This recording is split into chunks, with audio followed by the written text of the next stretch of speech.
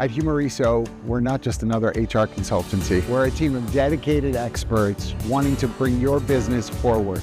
Our Humoriso Technology Solutions, HTS, are a different kind of HR tech. Give real-time insights without overwhelming managers with too much data. So whether you're a growing startup, an established company, our human resources outsource support, payroll management are all there to help drive your business forward. So check us out and see what Humoriso could do for you today.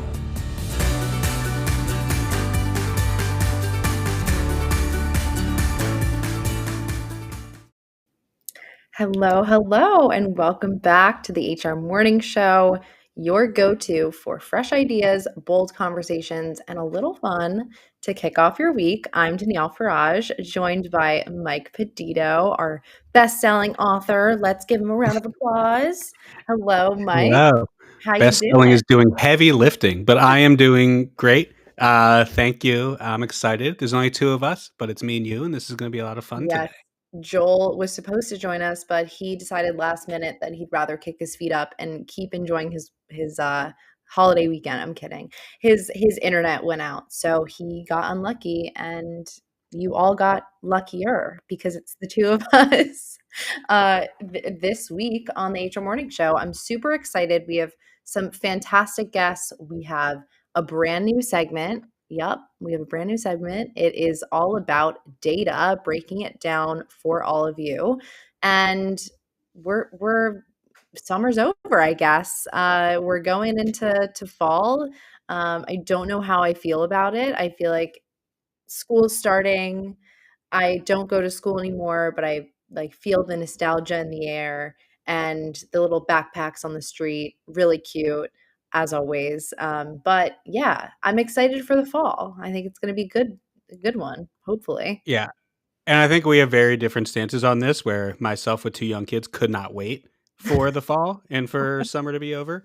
Luckily in Illinois, school starts really early. Like my kids are on week 3 of school. I know in Wisconsin, today is probably Joel's kid's first day of school. Yeah. So when I was growing up, we used to go back after Labor Day, but kids here go back really early, and I appreciate that. So thank you, So Illinois funny. school system. Wow. Shout out to all the parents sending their kids off to school today. I'll be you in a couple of years. But until then, pop in the chat if you want to share if your kids are already in school or not, and also where you're tuning in from. We're so excited to hear from you as always. And should we get this rolling? I feel like we have a lot going on today. So we have a lot to talk about today. A lot. So let's bring on the headlines.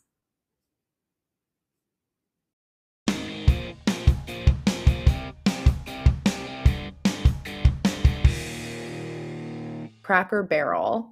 There was a huge flop. And as a marketer, this is so fun for me to talk about. But yeah, Mike, do you want to summarize what is going on with this story?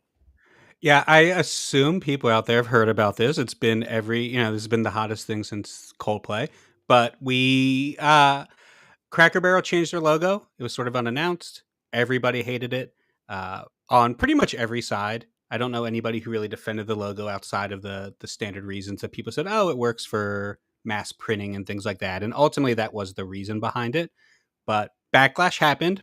A debate came. People started blaming DEI, and it sort of just brought this huge split among the country, as it always does. And they backtracked. They brought it back, of course, and went back to the old one. I had a ton of fun. There was a lot of memes. I personally made a new logo for myself that I have this like bearded green guy logo, and I made one of him sitting at a barrel in overalls, and was just like, if this is what everybody wants, I'm back to it. That's But hilarious. it's been wild to watch. Yeah, I feel like it's really interesting to me personally because I come from marketing.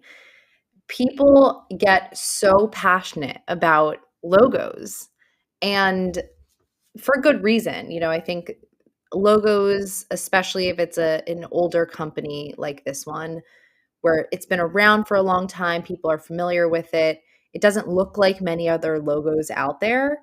It has so much character, and they talk about in this article, it has like soul, and their intention is to keep the soul of the company intact. But I think when people look at a logo, oftentimes an older one that has a lot of character, they want to see it. They want that visually represented, especially if it's an interesting brand, an interesting product or service like Cracker Barrel. There's not many companies like it. And I think people want to see that represented in the logo. They don't just want kind of this like, you know, whitewashing or whatever you want to call it, of a logo that just looks like every other company. And I think that's sort of what we've seen in, you know, the past couple of years with companies updating their logos and changing like one aspect of it or just making it super clean. I know a lot of the car brands have done it. And I think it's valid, and I think it's really good user feedback to listen to and then to immediately just say, okay, we're going back to the old one. I think it kind of shows you how much people actually care, which is really cool to see. Personally, I would love that if people were super passionate about my logo. If they And you're right, it is the trend. We've seen it with every logo, and as soon as I saw the Cracker Barrel logo, the new one, that was my initial thought. I was like, oh, they did what every company's doing right now of just kind of oversimplifying kind of this soulless logo. And the defense from it, I heard from a lot of designers and people in this space who say things like it helps with scaling, right? It makes it so when you're looking at it on a phone or any kind of screen, it always kind of looks the same, and it makes it easier to spot on signs from far away, and that's why they do it. But you're right, it takes all the soul away, and they have been removing or changing the way the buildings look. And it's just other trend going, right? Every McDonald's now, every Taco Bell, every Pizza Hut, they all look the exact same. And I was listening to someone talk about this, that it's essentially because real estate is their business, right? Like McDonald's is the biggest landowner in the country, and it's all because they want these buildings to be able to be churned over and over again. I don't know if you remember, maybe you're too young, but like years ago there was this like popular like internet trend of like things that used to be Pizza Huts and now they're new things, right? And you could always tell the old Pizza Hut from like the red roof that they had and right. the Yeah, I shape. have seen that. Okay, yeah, and it was just like, here's like a tax office. It used to be a Pizza Hut. And I think that's made it harder for these companies to just like churn over the real estate. So now when every sign's the same, every building's the same, everything looks the same, that's what they're going for. But obviously it's backfiring in this case. The DEI move was an odd one. Even reading this article, and I was reading articles on it and trying to talk to people, like nobody ever really seemed to be able to put their finger on why. They were just calling it part of their DEI regime. They were just saying that it's the CEO doing DEI. Right. I don't know there was ever really a real reason behind that, where it came Yeah. from. I think it just kind of points to the divide we have right now anyway. Yeah. But I don't know. Everyone can Which think they won if which they is went back to valid. the line. I mean, not that I know what really people are talking about with the DEI thing, but it could be about characters and the caricatures. That's the word. Like Aunt Jemima is a great example. You know, that was, you know, I think that was really actually related to DEI and wanting to like not be a problematic brand. But at the same time, like you can't just apply one thing to another brand. It doesn't necessarily work that way. It might not be the same exact, you know, caricature or characterization or whatever the word might be. I think this is more about the identity of a brand and how rebrands, the risk of them is less about design and it's really more about narrative control. And if Cracker Barrel had come out and been like, yeah, we're doing this because it simplifies, you know, our real estate game, then maybe there would have been another result and maybe people would have been like, okay, that makes sense. But if you don't proactively tell people why you're doing something, oftentimes, you know, they will frame it for you and they'll come up with their own explanations. And I think that's probably, you know, in today's environment, that can definitely snowball into stock losses and, you know, brand backpedaling like we're seeing right now. The instant stock loss was crazy, especially because I just like don't think. Obviously, that's how business works. I just don't think of Cracker Barrel in that way. Like I'm never Yeah. just like, hey, how's Cracker Barrel stock doing? And I've spent more time talking about Cracker Barrel stock in the last week and a half than I think anyone ever has. But yeah, it's funny to see the backlash. You have to wonder if they tested it, if they did anything, because it just kind of came out and everyone on all sides hated it. And I think that's what's really interesting is like it turned into this political fight, right? People were saying it's DEI, people were saying it wasn't DEI, but yet both sides of that argument were also just like, no, I agree this logo sucks. It's just Yeah. we're debating why. And you don't see people get unified that frequently anymore. So So maybe that true. was Cracker Barrel's whole plan, to just bring us all together towards hatred of one thing, and then get us back. And all of a sudden now we all love Cracker Barrel's old logo. Yeah, that's actually a valid point. Like maybe it was just a joke, a practical joke that they were playing on all of us, and they were never actually going to change the logo. But maybe it was an Fool's joke that went out on the wrong date. Who knows? Like, I heard the could theory. be. Like I heard people saying, "Oh, they did it for like the attention, wherever." I was like, I struggle to believe that when their stock did tumble by tons of money, and the company wound up losing a lot of money. I don't know. It's quite the PR stunt that they were hoping for, if that was the case. Right. But yeah, I don't But know. I It do, was not well done. to your point, like I don't actively think about Cracker Barrel like ever. So the fact that we're even talking about it means that some sort of marketing worked. This at the end of the day, if your people are talking about your brand, good or bad, at least you're relevant. So Yeah, I think how much you that's think one. about Cracker Barrel depends a lot on how close to a highway in the Midwest you live. For me, right, Cracker Barrels are every 3 minutes away. Every exit from where I live down to I don't even know where they end. Couldn't be Um, me. but I've eaten at one. But yeah, I don't picture you passing by a lot of Cracker Barrels in the city. Not even one. Not to my knowledge, but yeah, it's a good topic. I like talking about things that are a little bit unserious, but serious related, like serious adjacent. Um, Mhm. and where we could just kind of both sides can agree. We could say we're happy that it went back to the original logo. Um, I also just love that term, serious adjacent. I think that I might have to trademark that for I think that might describe my brand in 2 words. Well, then it's a perfect conversation for us to have today. I love it. Yeah. All right. Well, that is headlines. I feel like Cracker Barrel, you did a good job with your rebrand because now we're talking about you, but you did a bad job because the stock tumbled. So there's good and bad in everything. And we are going to roll on through to our favorite segment of I don't know if I could say that anymore because we have a new segment. Lynn, you're gonna have to fight for your spot as my top one. No, we love all segments, but we are gonna roll on through to the global report from SmartRecruiters.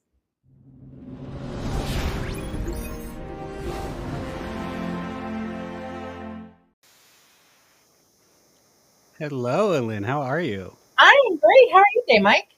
I'm good. I'm excited because, like last week when I got to watch Fink say this to you, we have never spoken, I despite just know. like being in the same rooms dozens of times, Millions of times. We've been in the same. millions of I times. just assume I know you because I watch everything you put out. I am your biggest TikTok stalker fan.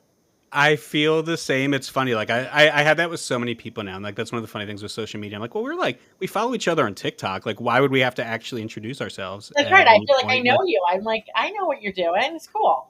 Got it. yeah, Yeah, I comment. Well, yeah, cool. I'm excited to sit down with you, and run our segment. I love hearing from you. We're talking about TikTok videos. Like finding you on TikTok has really been a blessing for me because I think you are talking about things that other people aren't.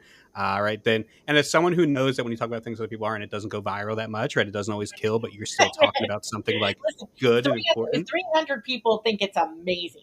Yes, that's all And you have to reach sometimes. that's right. Like I love hearing you just talk about the kind of the future of work and where I was going, and as someone who's been in this space for so long, right? And we're moving forward, and we're watching it, Yeah, and we're just seeing we this are. sort of like workplace Yeah, fluidity right now. we are. We absolutely are. And I think one of the things I've been really thinking about in this last week for a lot of reasons. I'll be very transparent. I'll tell you some of these come because they're personal reasons. And I look at them and go, what is work? What is my work? What is everybody's work? What do I want to do next year? What do I have to do? How do I have to define my job and all of those pieces? And the more I started to explore it, I realized that we're at this really interesting moment in time as we bring more and more AI into our ability to assess skills, understand what's really needed in a job, understand what's really needed to complete tasks, connecting it to understanding what people can actually do at a deeper level than just looking at their flat resume, right? It really provides a level of insight for us. And what I think that's creating is this opportunity where the fluidity of work is going to become something that is actually feasible at a very institutional level. I think there's a lot of people who have been very fluid to begin with when it comes to how they think about their work, but now companies are starting to think about work in a much more fluid way. The idea of having to contain skills, job requirements, et cetera, in this job description document that we then have to match up with this resume document over here. When you start to have tools that allow you to assess at a different level, connect the dots at a different level, then you break out of those containers. And what does that mean? So anyway, there's my existential thought for the day. Job fluidity is, I think, moving out of this realm of something that some of us have been very lucky just to have because it's in the nature of how we operate, to something that's going to become much more institutionalized as companies are able to break free from those containers of how they define what the work is.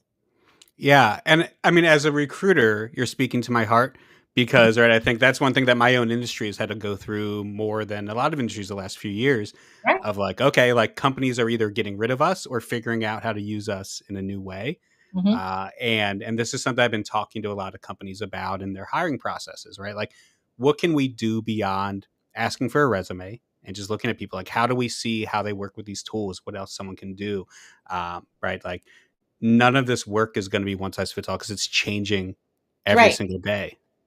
Right. And we're gonna start having new ways of thinking about how that work can be done. So imagine this: if I can now leverage AI, and we're getting closer. I'm not saying we're perfect yet, and by no, I think we're we're not even in the crawling stage. We're at little infancy stage, and people are starting around with this stuff, right? But if you can start to leverage really good AI agents or really good AI models inside your HCM or human capital systems, for example, and able to really see what work actually needs to happen, you can start defining it now by what's the best methodology for that. Is this just a project? Is this a hiring manager who's just overwhelmed and it's just a project for a moment in time? Is this actually a long-term role? Is this something that can best be done by a tool, right? So kind of what our digital workforce, those agents that are coming out, is this a gig thing? Is this a real full-time, I need that strategic knowledge inside my business because for some sort of reason, I can now analyze that and at a level that we haven't been able to do before. We can do it quickly, we can do it efficiently, and we can start to be able, venture this one, actually be able to do workforce planning. Oh my gosh. And actually stick to the plan we put, or actually stick to the plan, or allow the plan to be dynamic, but actually be able to have some sort of framework around it, right? And I think that opens up a whole new world of possibilities, both good and bad, right? The challenging part is, I think that the idea of landing in a job and staying with a company or inside a certain role for long periods of time becomes less and less likely, because if the company can now on demand really assess what it needs at any given time, and it's going to expand and grow from skills and capabilities and actions that they need to have, and et cetera. And then they can assess individuals based on not only how they perform, but what they've done in the past, be able to attribute that to skills and be able to use predictive stuff to know where they're going. Now I'm going to start matching people to the work that I need to get done internally as well. That's going to mean kind of, sitting in your project management job for the next 15 years in a tech company. Yes, I've seen that. I've done. I mean, look, right? It's going to become less and less likely because they're going to find you. There's no cubicle to hide in anymore. Your digital footprint will be there and the systems will be connecting it. And what does that mean for individuals and how they think about their work? So job fluidity. Yeah. And it's funny because you got into that. I was saying, like, there's probably like half people would hear something like that and be like, this is awesome. This is going to allow me to do whatever I want. But there are going to be half people who hear that and are just like, oh no. Like, oh no. Oh no. What? You're like actually going to be like, because and again, if you think about, like, I've been in the workforce, oh my God, decades now. I can't believe it.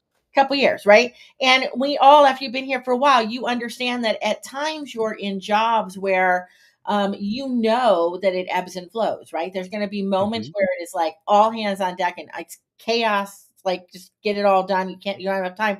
And sometimes when you just have that breather, right? Okay, I don't, like there aren't any big deliverables. Their attention is focused on another team, another project, et cetera. For a while, I can breathe, and that's been part of how we've managed kind of our balance. Right now, imagine Mhm. in a world where transparently, guys, I hate to tell you this, the AI and technology overlords do not care about our time, rest, and pause. They're actually going to notice where those ebbs are and realign us in very quick succession. What does that mean to our work, to our balance, right? How does that change how we work? Now, those of us who are like me, who work in big spurts, really big project spurts, and then take that pause back is going to be seen in new Mhm. ways. That's going to change the dynamic of how we frame things. So there you go. Lots of things for us to consider. Lots to think about in there, and obviously, right? We're going to see people succeed, right? Others are going to cling to those rigid roles. They're going to fall behind. It's interesting, and like you said, it's in the infancy, and I think that like there's so much projection right now. There's so much sort of guessing how it went, and there's going to be companies that try to implement this and it goes terribly. Yeah, And there are going to be others that set the stage for us. exactly. Uh, I call those the happy experiments that we can all learn from and go, oh, don't do yes, that. That worked out very badly, right? yeah, yeah, and I mean, it's I guess the question right about all this is just going to be like who's going to do this, right? Who's going to step forward? Who's going to do it right? Like who's going to redesign this work? And we see Mhm. a lot of companies, and I even as you talk, like I know companies I've talked to, I see starting to implement this, and I don't know how it's going for them. I only know what they're saying is going for them. Um, but I think that like I'm excited to see it.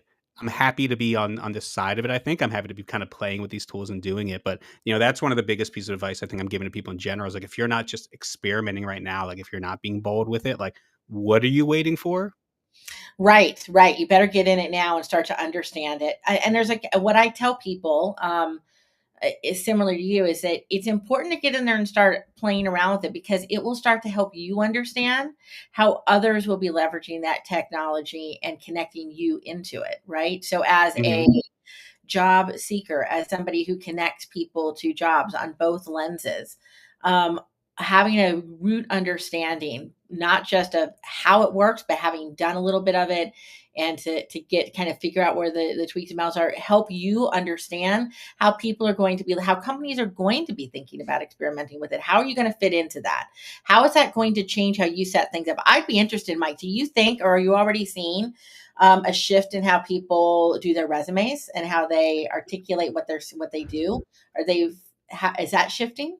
Oh, for sure. And I think AI is going to lead towards making resumes useless, which is my ultimate hope. And when I talk to a lot of companies and help them with hiring, I'm just like, what if we look past resumes? And there's some companies that do that right now really well. Zapier doesn't require a resume, for example, and like you can send one. But yeah, because it's shifting towards everyone just saying like, okay, you're telling us exactly what you want, and we can build all that together and make that really just kind of all bland. And every resume now looks the exact same Right. and people know every bullet point on a resume now, right? Just reads da da da da da to 20%. To this is to manage this for 15%. And like none of it means anything anymore.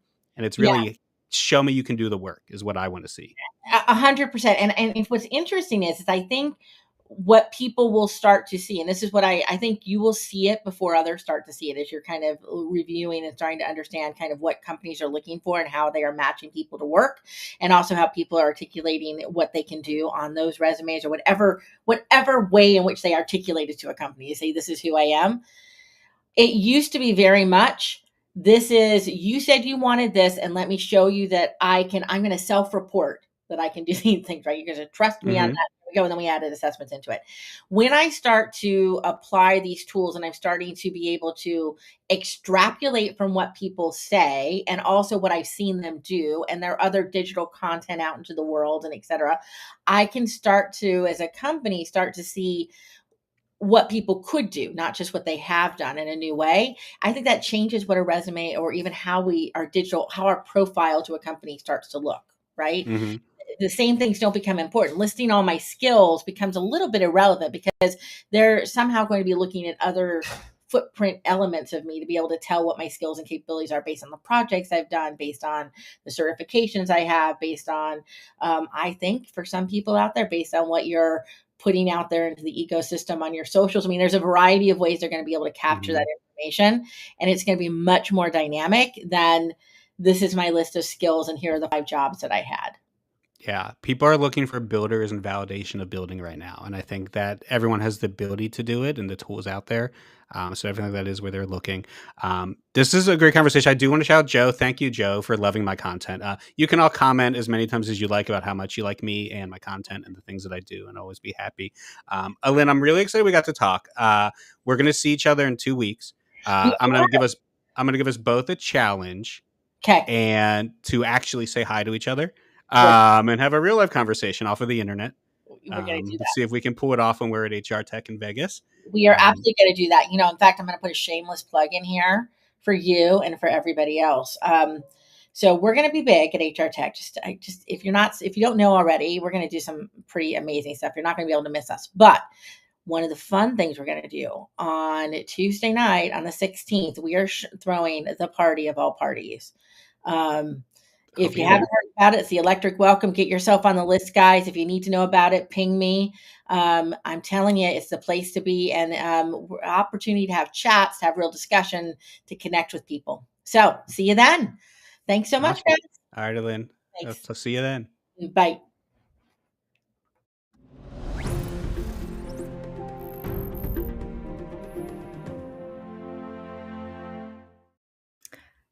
Hello. All right, welcome back. We are just reminding you that we're doing a contest right now. Currently, you could win $100 just for leaving a review on a Purple Acorn podcast show. So it's very easy. You go to Apple Podcasts or Spotify, you type in any of the shows, maybe HR Morning Show, maybe From X to Z, but you could really type in any of them and leave a rating and a review. You then send the screenshot to contact@purpleacornnetwork.com, and you watch our show next week to see if you won. And I'm just saying, if you do this, you are likely to win the $100 at this moment. So if you want to do that and you want free money, it's really easy. It's so simple to leave love and leave a review. So please enter the competition today, right now. Just do it while you're watching us currently. And if you like Purple Acorn shows, right, the money is great, but it's also just worth pointing out that actually reviewing things on the internet that you enjoy is very beneficial to the people who create those things. So take the time, go hit the button, do it. You listen to the shows, you watch them. There's so many great shows on the network that, take the time to let the ones you like know that you like them. It encourages them, it keeps them going, it helps more people hear them, and you can win money. Yes, that is the best reason to do it. Thank you, Mike. You're All right, let's head into our next segment. So we have a new segment on the show this week, sponsored by iSims, called Talk Nerdy to Me by Trent Cotton, head of Talent Insights. He will discuss the hottest topics in the industry, but through a data lens. So join me in welcoming our chief data nerd, Trent. Hey, Trent. Hello, long time no see. How are you? So good to see you. I'm great. So why don't you tell us a little bit more about this segment? Yeah, so I think one of the best kept secrets in the industry is iSims offers a free monthly workforce report. Like, it is absolute gold, especially for nerds like me. And this is just kind of the next evolution. This is a way that we can make sure that everyone's getting the free data, because we think that data leads to insights, and insights leads to a fantastic and well-built strategy. I love it. I'm so excited for the first edition. It's also very valid to say not everyone knows what to do with the data. So you are, for that reason, our chief data nerd, trying to, help us understand what we can understand from the data. So with that, I will let you go. I'm letting the Awesome. bird fly out of the nest. Good. Well, we're going to talk about a topic I know nobody talks about. It's AI in recruiting. So I really think this is going to be a fun one to dig into, especially looking at the data and being able to separate the hype from the reality. And that's really what we want to do on this segment. I'm so ready. I'm so ready. So bring it on. I think you have a guest that I you're interviewing do. on I this do. segment. Yeah, we've actually got the chief researcher from Lighthouse Advisory and Research, Ben Eubanks. And if anyone has ever watched the two of us, either on stage or on podcasts, you know the two of us absolutely geek out with data. So we're going to try to pack a lot into this next little 10-minute segment. But if you want to get all of the data, definitely go to iCIMS. It's a free report. Go to resources and insights, I think is how you get to it. But if you can't find it, DM me. I'll send you the direct link. Awesome. All right. Good luck. All Enjoy. right, let's bring on Ben.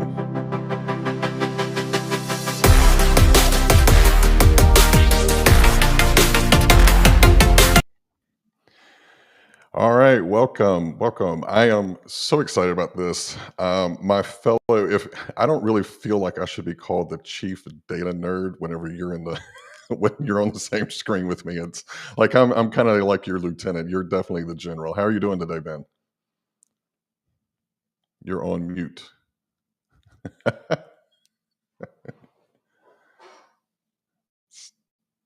Still can't hear you. There we go. How about that? Here we go. All right. And we're live. All right, let's try it again. Okay. I was saying, I love the data. I love it. It's a chance to really dive in, and not for its own sake. You've heard me say this, not for its own sake, not the numbers themselves, but before they tell us what we know to do next, what we know to stop doing. That's where I get really excited. So this is going to be a blast. Yeah. And both of us actually started out in HR and recruiting. We just kind of made the switch. So for anyone that's like, oh, these two don't really know, we've been in the trenches. We know how important this data is. So I know we were really excited to partner with you this month because, AI in recruiting is a very hot topic, but there's a lot of hype out there. And I want to walk away and give the audience answers to 3 questions. What's the real ROI on let me try that one more time. What is the real ROI on AI? Where are we seeing the most efficiencies in the recruiting funnel? And most importantly, what are recruiters doing with their extra time? So with that, let's tackle the first one. First data point. Yeah. So where's the ROI? One of the things that we see in the data are that companies who are using AI in their recruiting function in some form or fashion. The number one thing they're telling us is that they are seeing more time freed up for their teams. They're seeing hours saved.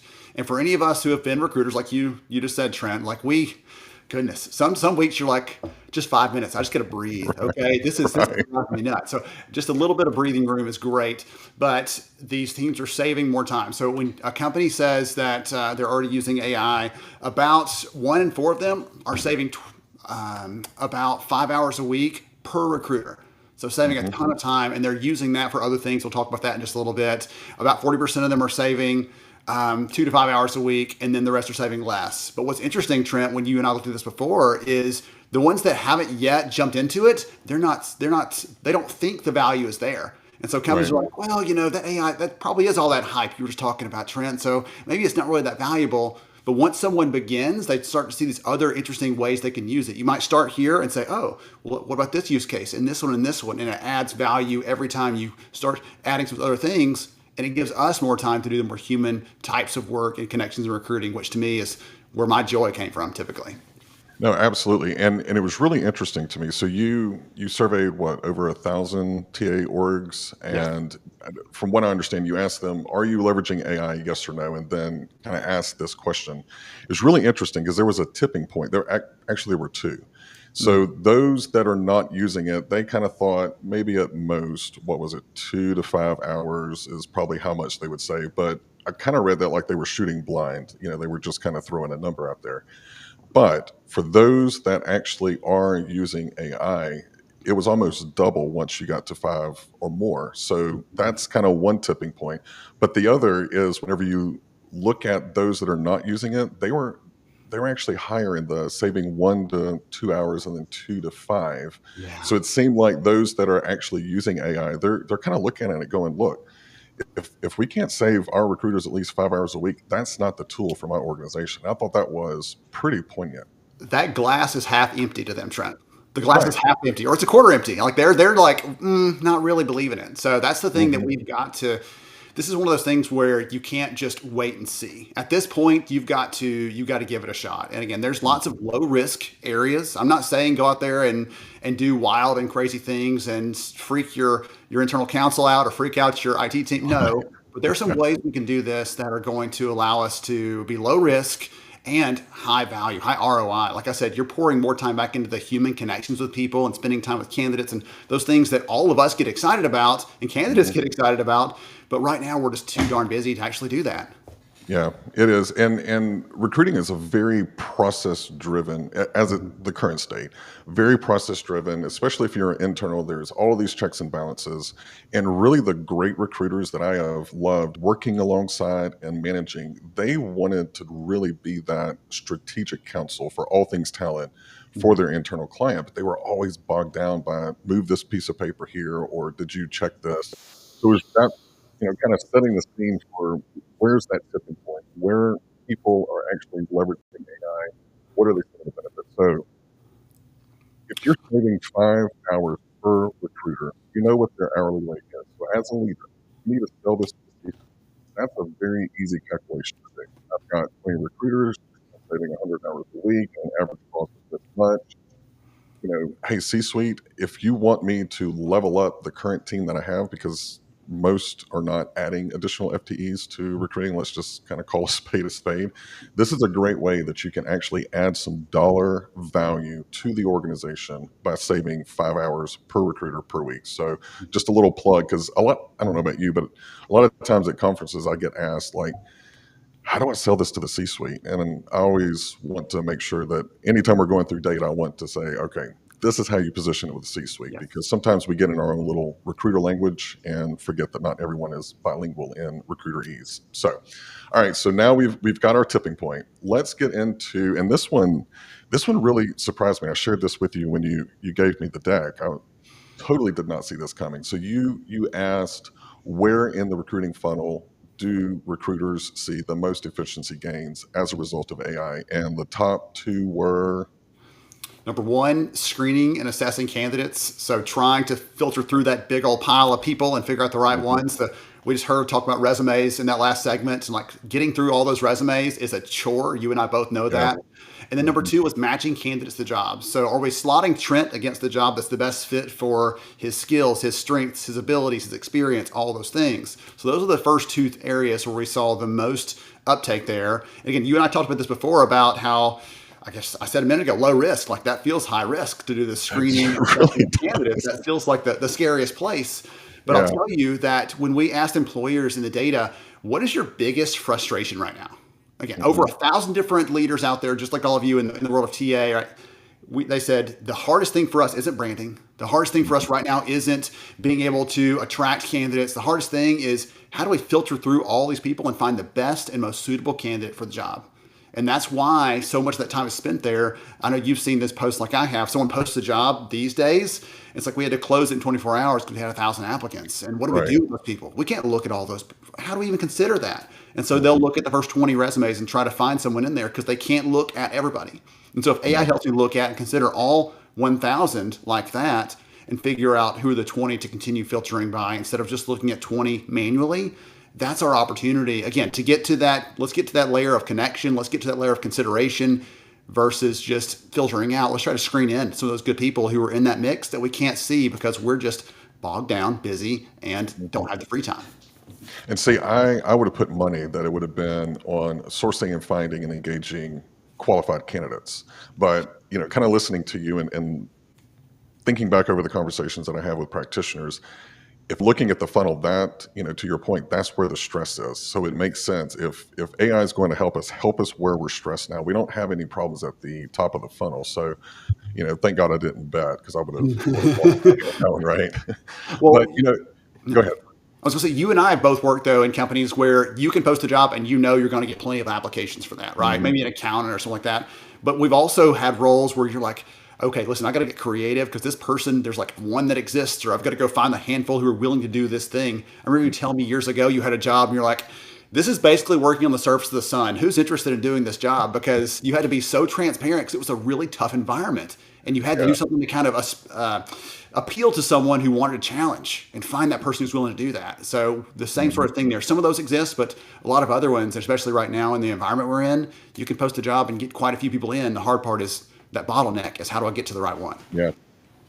Yeah. Mine was a poultry lender. So I had been in banking for a while by the time I got this position. I'm like, a chicken lender? Like, where do I even start looking for this? You know? So yeah, and this was before Google and Boolean search strings were a big sexy thing in recruiting. You know, I had phone books in my cube, and that's how I would actually source. So that's how old I am. Good times though. I enjoyed it. It was to borrow chicken. All right. Your guy. There you go. Yeah. I'll have to tell you the story off camera. This is not suitable for LinkedIn, but it was goodness. All right. So we have talked about the time saves. We talked about where are they seeing the most efficiency. And I would have lost money on the second question if I put a bet. This next segment, this really kind of warmed my soul. Where are recruiters spending the extra time? Taking naps. No. That's probably what hiring managers think. Everybody they're hoping like, please. No. Right. So we asked this set of logic questions. So are you using AI? Yes. Saving you time? Yes. What are you doing with that time? So the number one answer was we're spending more time interacting with key candidates in person and virtually, just spending more time building the human connection. Second up, they're spending more time on business metrics, proving the value of the work that they're doing back to the business and showing the impact of everything they're churning away at, which I love.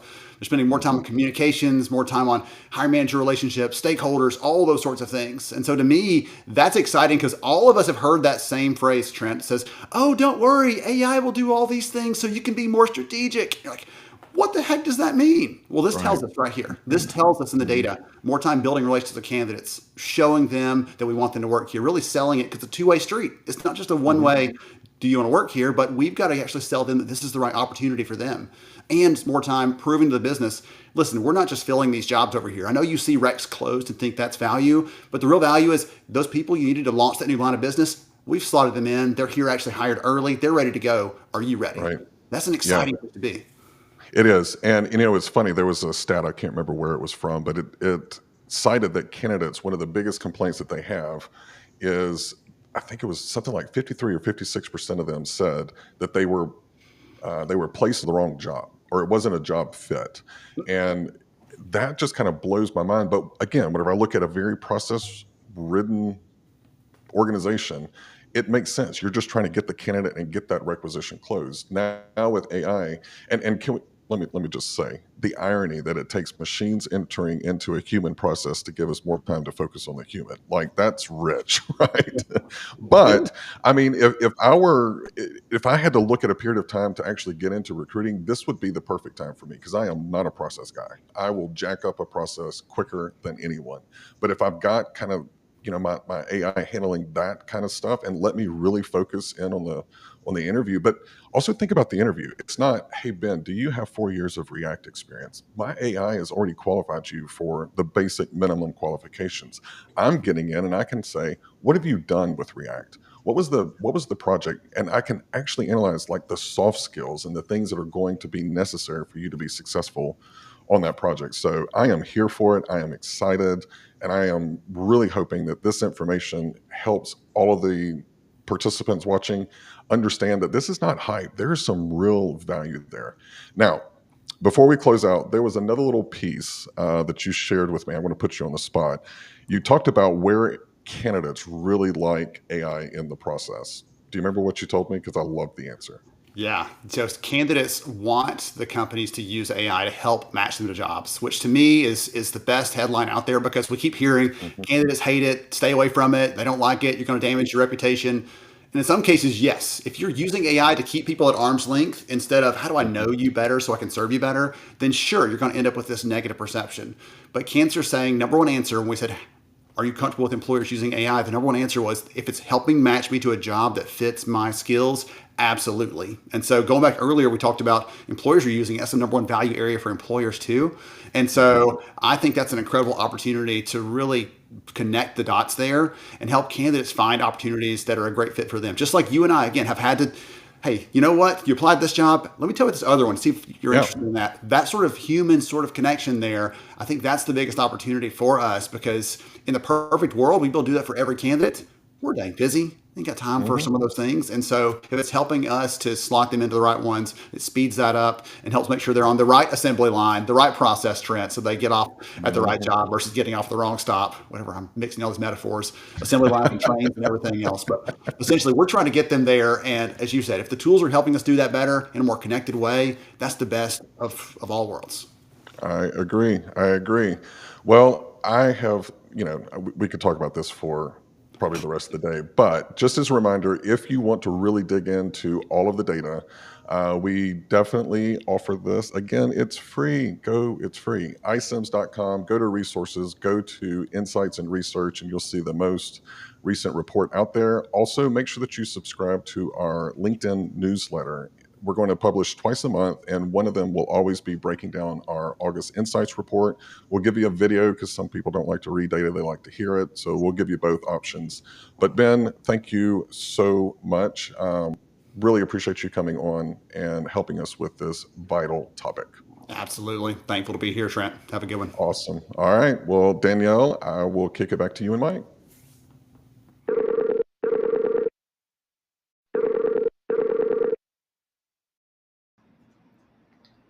All right. I am here. I love listening to talking about data, but I am here with our special guest, Samantha Gallagher. Samantha, I have never gotten to speak to you before, so I'm excited. We're going to talk about compliance, and which is one of the more important parts of the HR in general. We'll get into that. Before we do, though, I run a podcast for recruiters. It's called "Is This Still a Good Time?" because it is a question we ask ourselves, or we ask people 1,000 times a day. We're going to start just doing this. I am so sorry. I'm having a hard time understanding you through your microphone. Can you repeat that one more time? Oh, no. I was just asking if this is still a good time to chat. Because yes, this is still a good time. Thank you so much for perfect. having me. Amazing.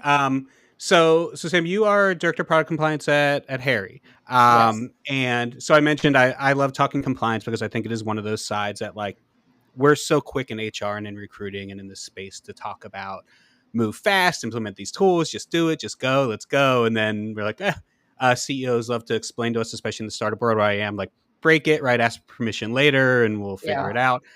You're probably on that side saying, let's not slow down a bit. Let's slow our roll. Yeah, no, definitely. Yeah. So what are you seeing right now, right? As someone who sort of spends in this space, what are the big things happening now, especially with us, as you've probably been sitting here listening to us just talk about all these new tools and AI and everything moving forward anyway. Like, what trends are you starting to see kind of really matter in this space? Yeah, I think with Workday's recent acquisition of Paradox, I feel like that's probably a good place to start. There is such a push in the HR space to kind of put AI at the forefront of everything. Recruiting, like very timely, obviously, with the discussion that was just had here.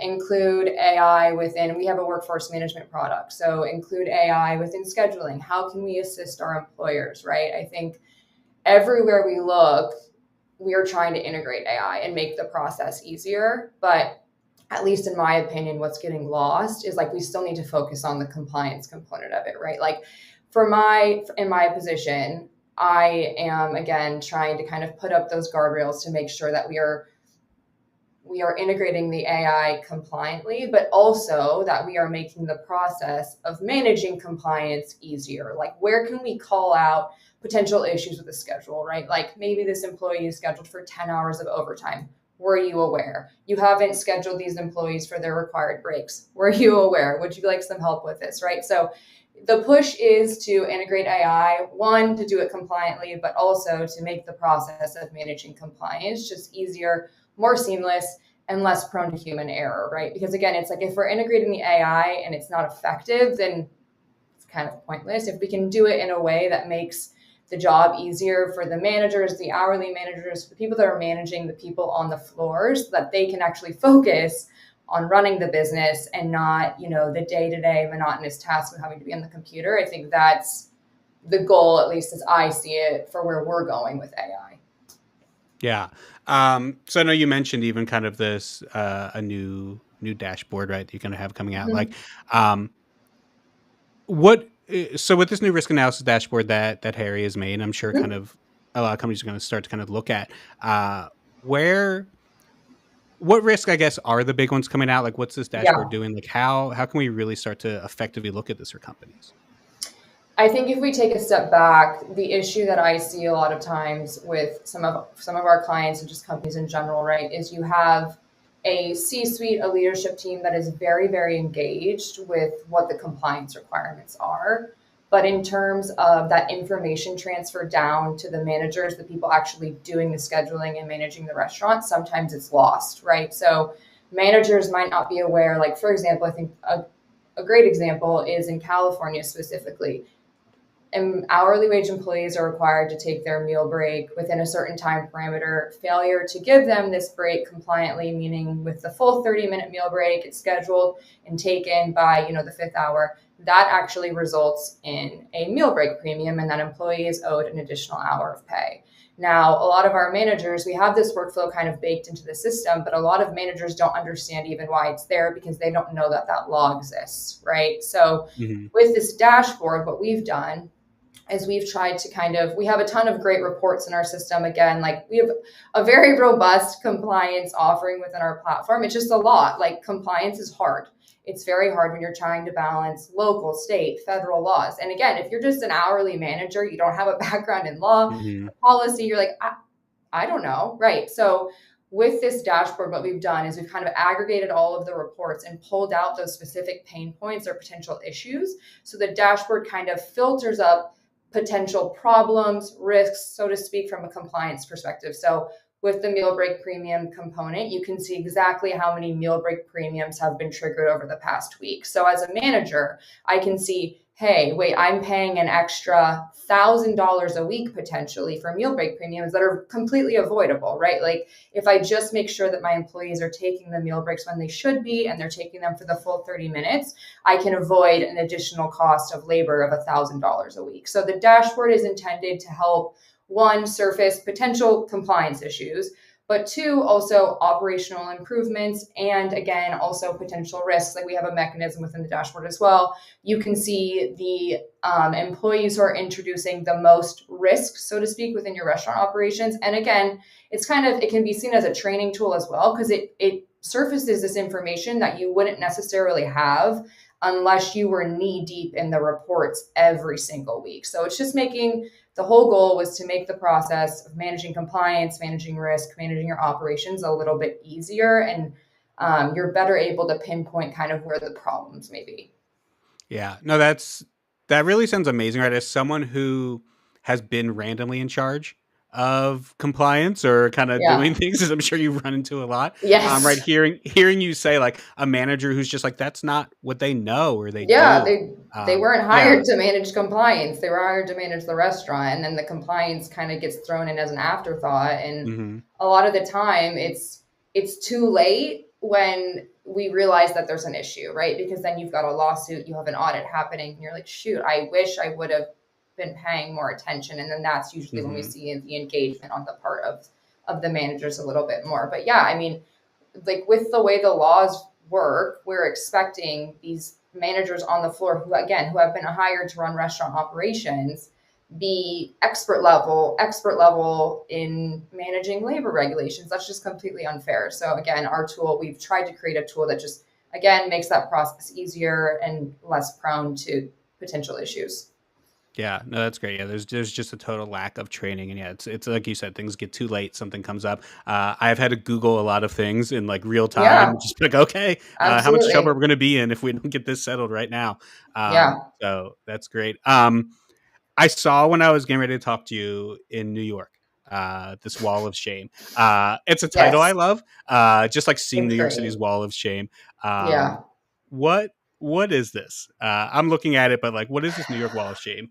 Yeah. So It's interesting. It was kind of a mechanism to bring awareness to labor violations among corporations in New York City and broader New York State, right? And so I think, at least this is my perspective on it. This is just my personal opinion, right? So there was a New York City Fair Workweek law that was brought into effect in 2017, I believe was the year that it started.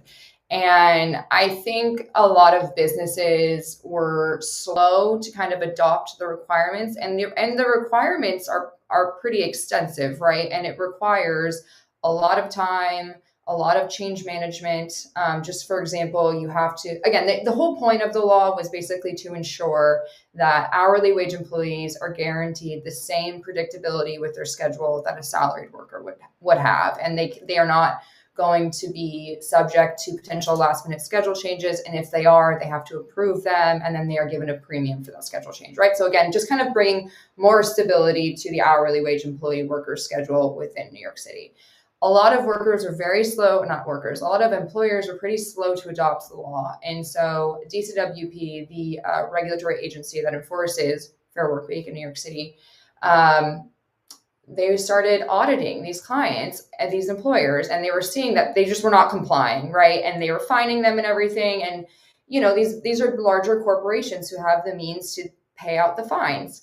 And I think the New York City Wall of Shame was kind of a broader mechanism to bring awareness and like cast shame on these corporations that were refusing to comply. And it's not just limited to Fair Workweek, it's just broader kind of labor violations, harassment, kind of spans the gamut. But it's really interesting. I mean, you don't want your name on the wall of shame, right? Like the reputational damage. If I'm an hourly wage worker, I maybe think twice if I saw a headline, you know, XYZ on the wall of shame for New York. So it's been interesting. It's it's I don't really know what else to say about it. And it's not like Glassdoor, right? Because this is, if it's going up there, I mean, this is and a it real has violation. It wasn't just someone who worked there complaining online. No, and you can see the exact details, the number of employees included, the fine amount. I mean, it has all of the information right there.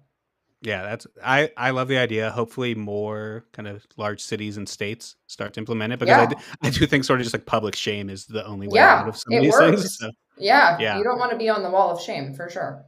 Yeah. Adam Posner checking in the chat. Hello, Pos. We miss you. Host of the HR Morning Show. I will never do as good of a job as you are here. Samantha, it's been great to get to talk. I think this dashboard sounds awesome. Honestly, I think the idea of like helping managers stay up to date, not have to worry about these things, just alerting them what's happening, and both save money, but also issues down the road with it. So it's great for you doing, Harri. Thank you for joining us this morning. I believe Danielle is next up with another guest of ours.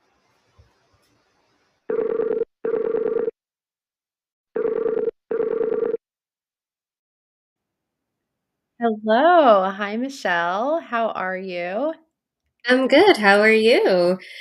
Doing great. I'm excited to welcome you to the HR Morning Show. So, Michelle, I'm just going to give a little bit of an intro about you started your career in healthcare as a speech pathologist, which funny, my mom studied that at UCSD, and then leap into health tech and marketing, and now you're helping Rooster, which is involved in scheduling, a company that is really transforming their recruiting experience in their growth. And from what I understand, you're very passionate about this type of solution. I'm excited to hear more about your journey. But welcome to the show. Yeah, well, thank you so much for having me. I'm really excited to be on the show. So just as you mentioned, I was a speech therapist by background, but also I did have experience in marketing just slightly. I just did marketing for a local spa in my neighborhood while I was studying to become a speech therapist. Funny enough, and I think this story is very relatable to so many, COVID changed your perspective, just the way we worked in general. And so COVID kind of opened my eyes to, wow, like we have a lot of gaps in technology and healthcare, and specifically speech therapy. And I approached it from an educational standpoint. I had some courses, resources. And then because of that, I was introduced to the tech world, the health tech world, where I had someone come in and ask me to review a product. And then I realized, wow, like I could do this. This is really exciting. And it's so exciting to see what else I can do and give back to the speech therapy world in general. And that's kind of my intro into tech. And that's why I worked at Ambiki, which was an EMR software as a service platform, which was specifically for therapists, which was really nice because at the time we didn't have anything so niche. And eventually I started to really learn more about marketing, and I started to fall in love with it even more, and I wanted something else. And I thought, hey, I could do any industry, right? All it takes is just some dedication, and I knew I could do it. And then I started applying, and that's how I ended up here at Rooster as their product marketing manager, which I've loved. And I know I'm their marketing manager and I'm like, they're amazing, but genuinely they really are. And I love kind of the flow of how we had everything, because we talked about the experience from recruiters, and now I'm kind of still a candidate, and I still kind of feel like a candidate, and I get to share my experience as a candidate. And I think the best experience as a candidate was truly with Rooster, and they have their Rooster scheduling, obviously. So it's for Yeah. scheduling interviews. And I've had such a good experience just from the first touch point. And that's probably, as a candidate, that's what I looked for. Like, Right. how do you respond? How quickly do you respond? Are you sending confirmation emails? Even if it's automated, right? And that goes back to, I think, what Ben was saying. Like, I don't care that if it's automated, I just want that human touch. Like, I want those touch points. And so I loved it so much. It was so great. And now I'm here at Rooster. Yeah, I love that. Well, I could definitely relate because I have been a marketer in this space as well. Yeah. And it's interesting how, you know, companies that walk the walk and don't just talk the talk really Yes. stand out because, I think that's kind of rare, unfortunately. I think a lot of companies that do provide a certain service are actually, funny enough, tend to be not so great at that service themselves. So that's great that there was that alignment there. I am curious, like you have such a unique background, and I personally love, this like multidisciplinary type of career, and like learning. I'm curious, like how being a speech pathologist still, I guess, helps you in your work today, and how it actually does relate and maybe translate a little bit. I would say I think I'm a better marketer with that speech background, because in healthcare, we had to, metrics, it was so data driven. Everything that we did, especially like my background, I was in a very high productivity clinic. And so we had to write down every single detail. We had to include the why in everything that we do. We couldn't just come up with a treatment approach and say, yeah, I'm just doing this today. There had to be an explanation for it. And I think that helped me just in that one aspect of, I need to make sure that everyone understands the why, and I need to communicate that with my clients' parents as to the why, so they understand, and there's some carryover there. So in that aspect of making sure people understand the why. The other thing is, healthcare was very heavily regulated, and that's what I saw more so in like the tech space, but also in HIPAA compliance, all of these things. So um, just always keeping healthcare privacy, all of like patient data at the top of mind, like we can't share that. That also helped me, and that helped me get into Rooster and other heavily regulated industries, because that is just ingrained in what I do. And I will say the last thing is, I've had the most success when I had this well-rounded holistic approach with my clients. So I would speak to occupational therapists, physical therapists, vision therapists, their educators, their parents, and that's when I saw the most progress. And then that transferred over into my marketing, where I feel like I thrived in startups because I was that gap. So I was the gap between customer support, I was the gap between product, I was sales. And that's just ingrained in me. And I felt like that was just very easy for me to just adopt, and now just at a different level. Right. That makes so much sense. You're definitely speaking my language. And I am curious, like obviously you work for, a service provider. It is my job to really understand what the competitive edge is of Rooster, scheduling, and what you guys do differently that might not exist in the market or didn't exist before you. Right. So we are a Workday app. So if you use Workday, Rooster is a scheduling tool to help automate that. And as we all know how much people love Workday, we were designed specifically for that reason to help with that scheduling aspect of it. We have a product that I personally love, which is called Rooster Links. It makes life so much easier. All you need to do is just put in everyone's calendar, and just you sync up. You just add anyone who needs to be on that invite there. It syncs up their calendar, and you just send out that invitation without any back and forth. I will say our customers love our Autobook feature. It actually helps. It's just Rooster Links, but even better, for a larger scale for interviews. Rooster Links, you actually don't need to just use it for interviews, and you don't really need Workday for that either. So that can be across anything. I use it constantly for just any meetings that I want. It has a really catchy name.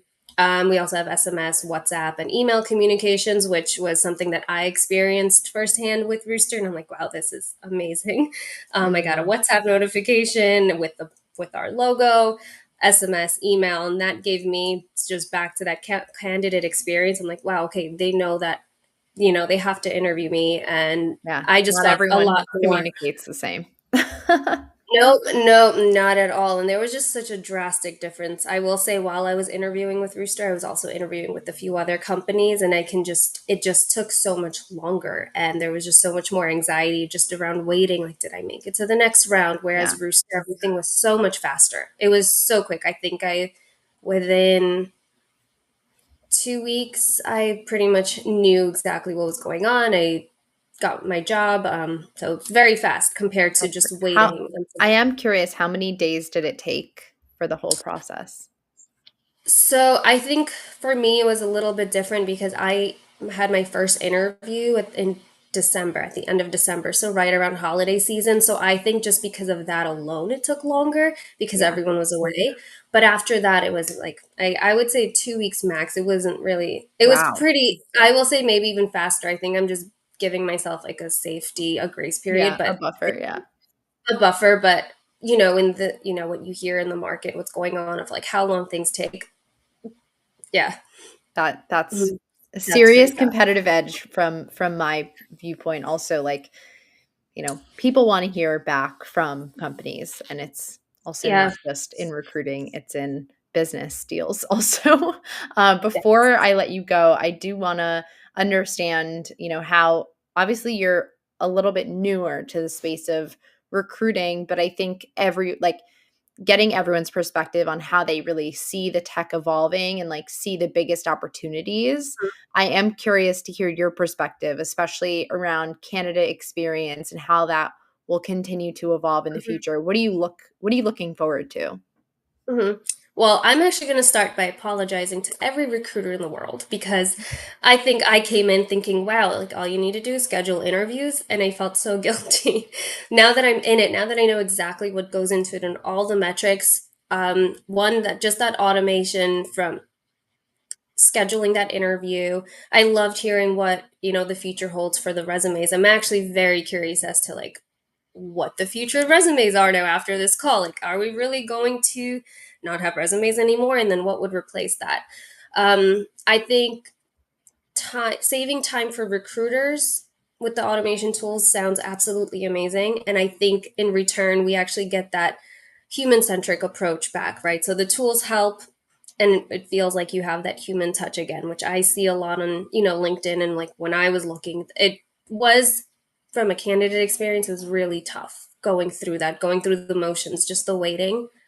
And yeah, I would say like those two are the main points. Just that automation, making things faster, and metrics. I'm also very data driven, so I like to see the metrics. And now I know that recruiters have to have analytics. What's your reschedule rate, cancellation rate? And so like seeing that on like the back end with Rooster, because we offer that as well, is really important. And it's really nice to see how a tool helps, reduce certain aspects of like certain metrics, certain things that people look at.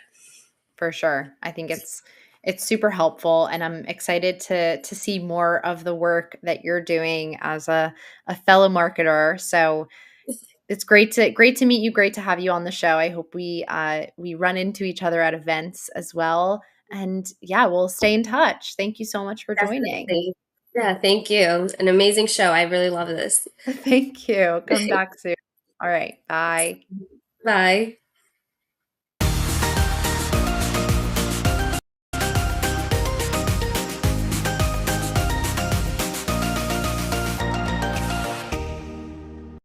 Good morning, beautiful people. Today's weather report might not be popular at all with this audience. This week's HR forecast shows that the status and credibility of the CHRO position seems to be diminishing significantly in the eyes of other C-suite officers. So we all remember during the pandemic, the CHRO became a rock star overnight. It was a total shit show out there. We suddenly had remote work, we had layoffs, we had health and well-being protocols. And with all of that happening, the CEO needed someone strong at the table, and HR delivered. But if we fast forward to now, that seat is really starting to wobble. The problem, in my opinion, why I think the role is slipping, I've been hearing that trust is fading. Right or wrong, CEOs aren't seeing CHROs as true business partners. They feel the focus has drifted too much. Too much time is spent on things that don't directly impact the business.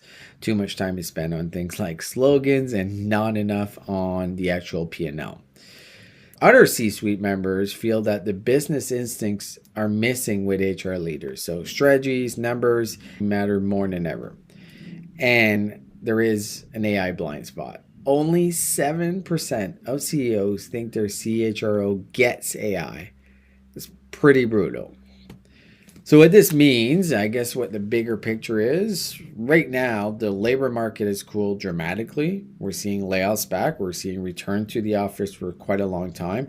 It's pretty clear that CEOs are calling the shots again. So without having hard business chops, CHRO risks really sliding back into that HR administrator instead of an executive. And the message that we're seeing from the top is we need HR leaders who can help us win, not just keep us compliant. So I guess this is kind of a wake-up call. The CHRO seat at the table isn't guaranteed anymore. For the CHRO to stay at the table, HR leaders must speak the language of the business, show return on investment, not just empathy, and bring AI and tech strategy into workforce planning. The bottom line, CHRO needs to be bold, or it will continue to lose its seat at the table that was finally granted during the pandemic. That's CHRO weather. Let's get back to the panel. This is a tough one. That I definitely have my thoughts, but Mike, I'm going to refer to you as the executive in the room. Oh, an executive. Executive adjacent. Yeah.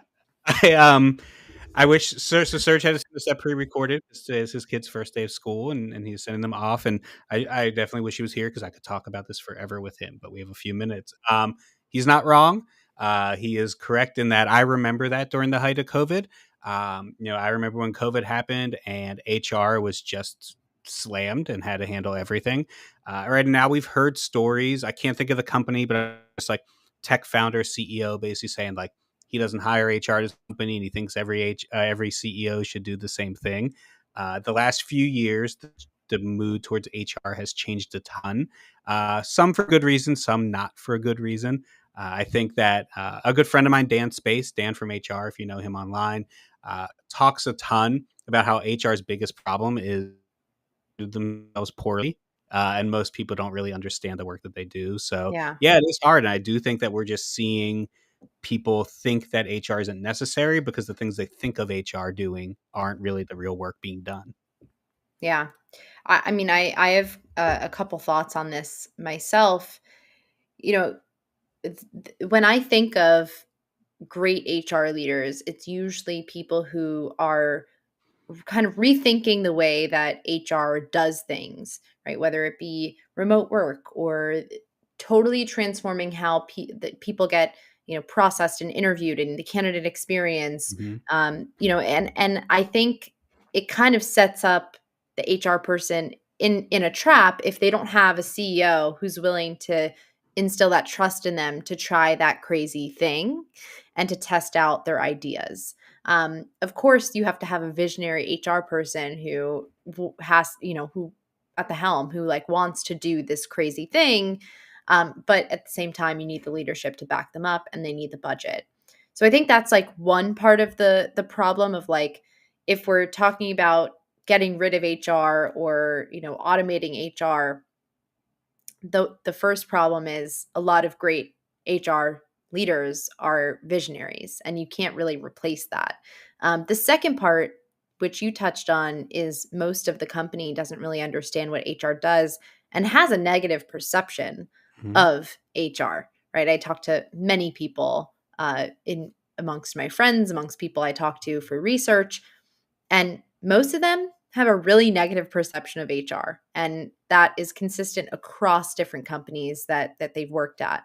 And so I think part of the problem too is maybe we're not automating enough, and we're not tuning into what people actually need and the type of support that they're looking for internally, but they also don't trust HR from the outset. So I think there's like a few different problems going on, which could then lead to, hey, do we actually need HR, or like, can we just outsource that? Yeah, and I have these fights, obviously, in internet comments all the time, in the content that I make, because it is true. People have a misunderstanding of what HR does. People don't realize sort of the strategy, and maybe I'm preaching to the choir, obviously, in what we kind of talk about, who we're talking to here. But I also, I always try and explain it to people as like, HR's job is they manage the people strategy of a company. Every department is managing some type of strategy or plan, and managing people strategy is messy, and it's sloppy, and it's hard because people are all different, and there's no way to please people. And I always kind of tell people, I'm just like, job interviewing, if you think it was up to the managers, would not be great. Your benefit package, if you think the CEO was in charge of sort of assuming all this, wouldn't be great, right? We were talking about compliance earlier with Samantha. Like, all of these things do matter. But I think what people want HR to be is sort of like the police officer on their side, who just like, and therapist, because I can tell you I've had a lot of therapy appointments with a lot of people. And I think sometimes people think like they just want HR to be almost this like lawyer for them, where this like privilege exists. We can do whatever. And that's unfortunately not the situation. It's something we could talk about a ton, and maybe it can be a topic for even a future day, because I do think this is such an important topic, this moving forward. But I want to get to our event roundup and talk about where we're going to be the next few weeks. I'd love to talk about this again. Also, I just want to say this one thing is that if you ask any CEO, or most CEOs, startup, big company, small company, it doesn't matter, their number one problem, it will be people related. Mm-hmm. Just going to leave it there. All right, let's get into the event roundup.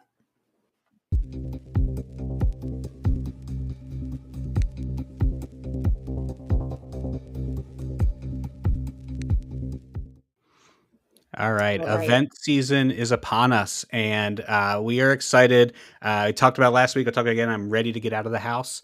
I'm ready to go see some people again. So here's where we're going to be able to find Purple Acorn over the next few events.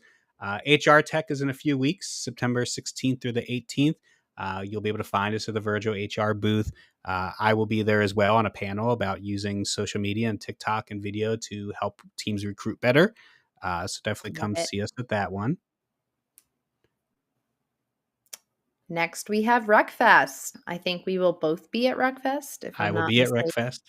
October 15th through 16th in Nashville. We will have a mega tent. So we will be located right when you walk in. So don't forget to pop by.